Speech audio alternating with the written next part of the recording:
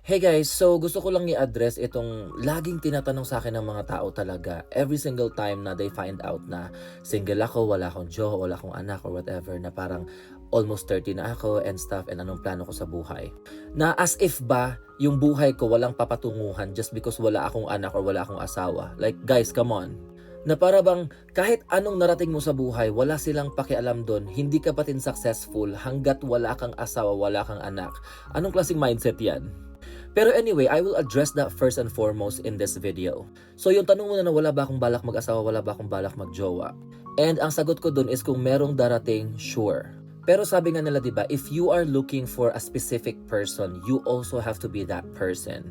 So for example, if you are looking for someone mentally stable, financially stable, physically stable, everything stable, you also have to be financially, mentally, and physically stable and all that. Kasi pangit naman kung ang hinahanap mo is financially stable pero ikaw pabigat ka.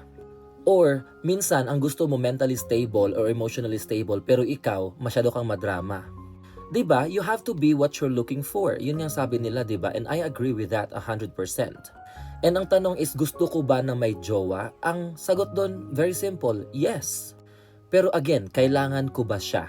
Do I really need to have a partner para lang masabi na successful ako or para lang masabi na masaya ako or hindi?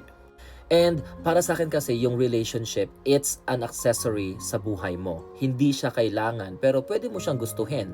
And again, the question is, gusto ko ba siya o hindi, 'di ba? Yun yung gusto kong iklinaw dito, na gusto ko siya. Sino ba naman ang ayaw, guys? Come on.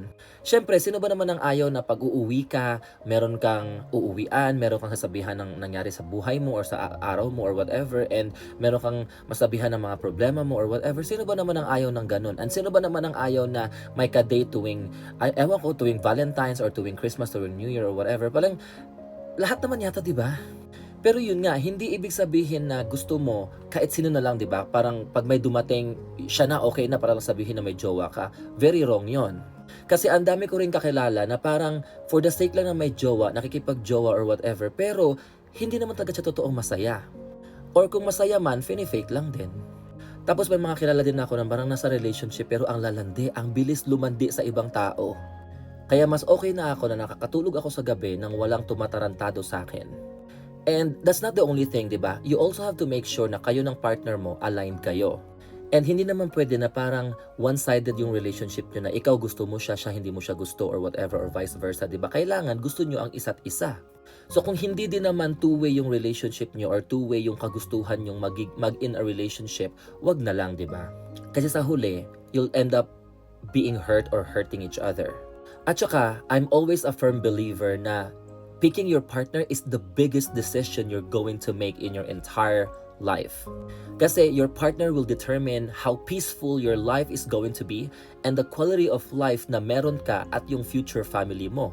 So kailangan lahat ng katangian na gusto mo sa isang partner, kailangan siguraduhin mo na nandun yung sa partner mo. Don't settle for less.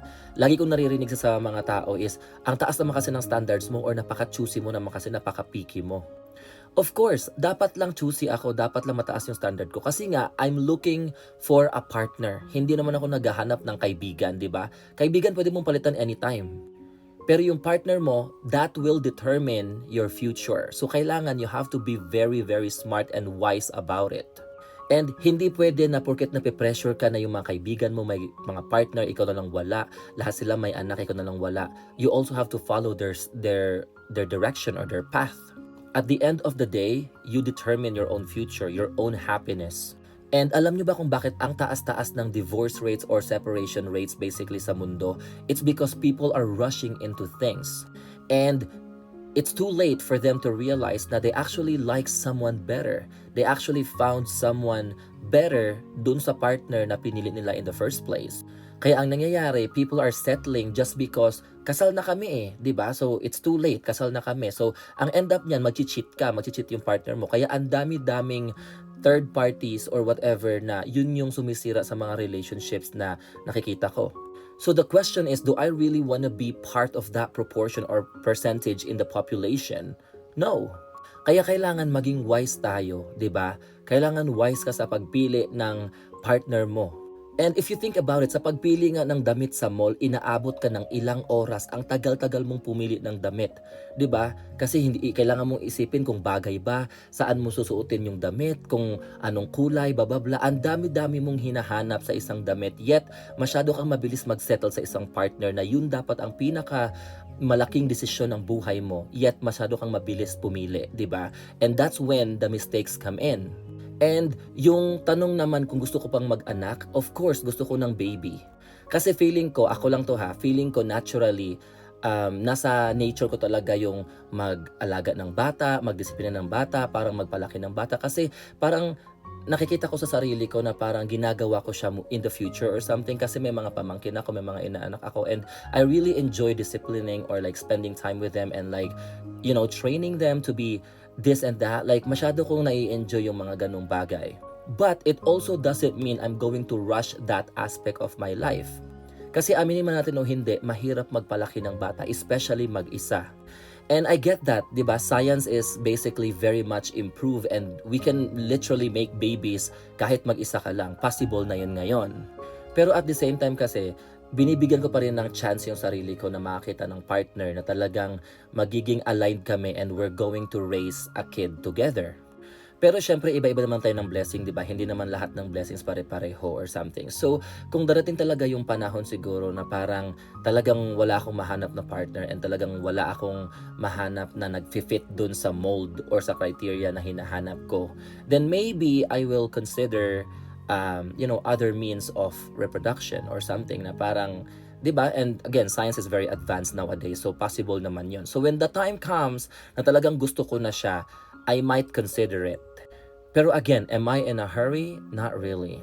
And also, nasa point ako ng buhay ko ngayon na ngayon ko pa lang talaga na-enjoy yung mga pinaghirapan ko before.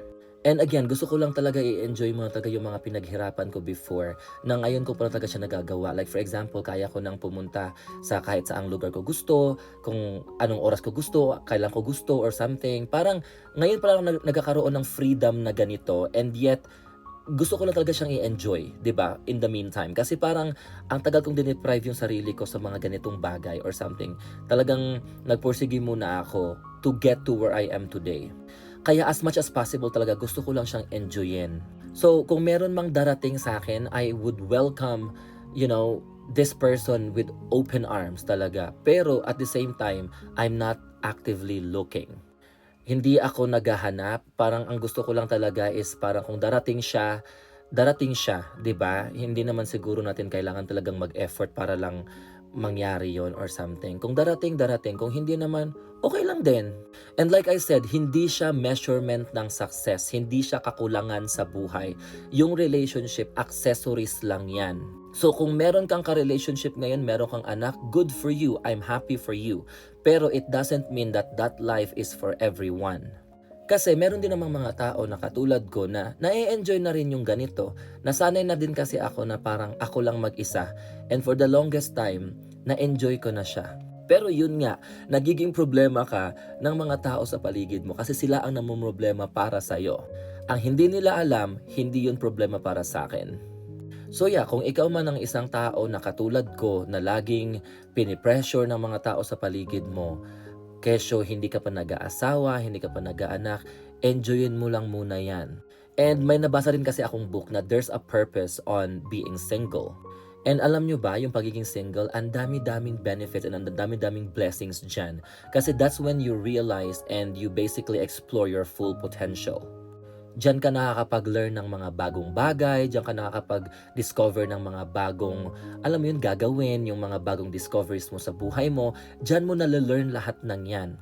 And again, hindi lahat ng tao blessed to have that kind of privilege, diba? So, as much as possible, kung single ka, i-maximize mo yung potential mo, i-maximize mo yung mga kaya mong gawin and yung mga pwede mong i-explore habang single ka pa. Kasi once dumating na yung blessing na para sa'yo, minsan magiging limited na yung mga pwede natin gawin, diba? And that's why, if you are still someone na parang gusto mo pang mag-explore, gusto mo pang ma-discover yung mga bagay-bagay yung sa sarili mo, about sa mundo or whatever, then don't rush into things just because you feel pressured.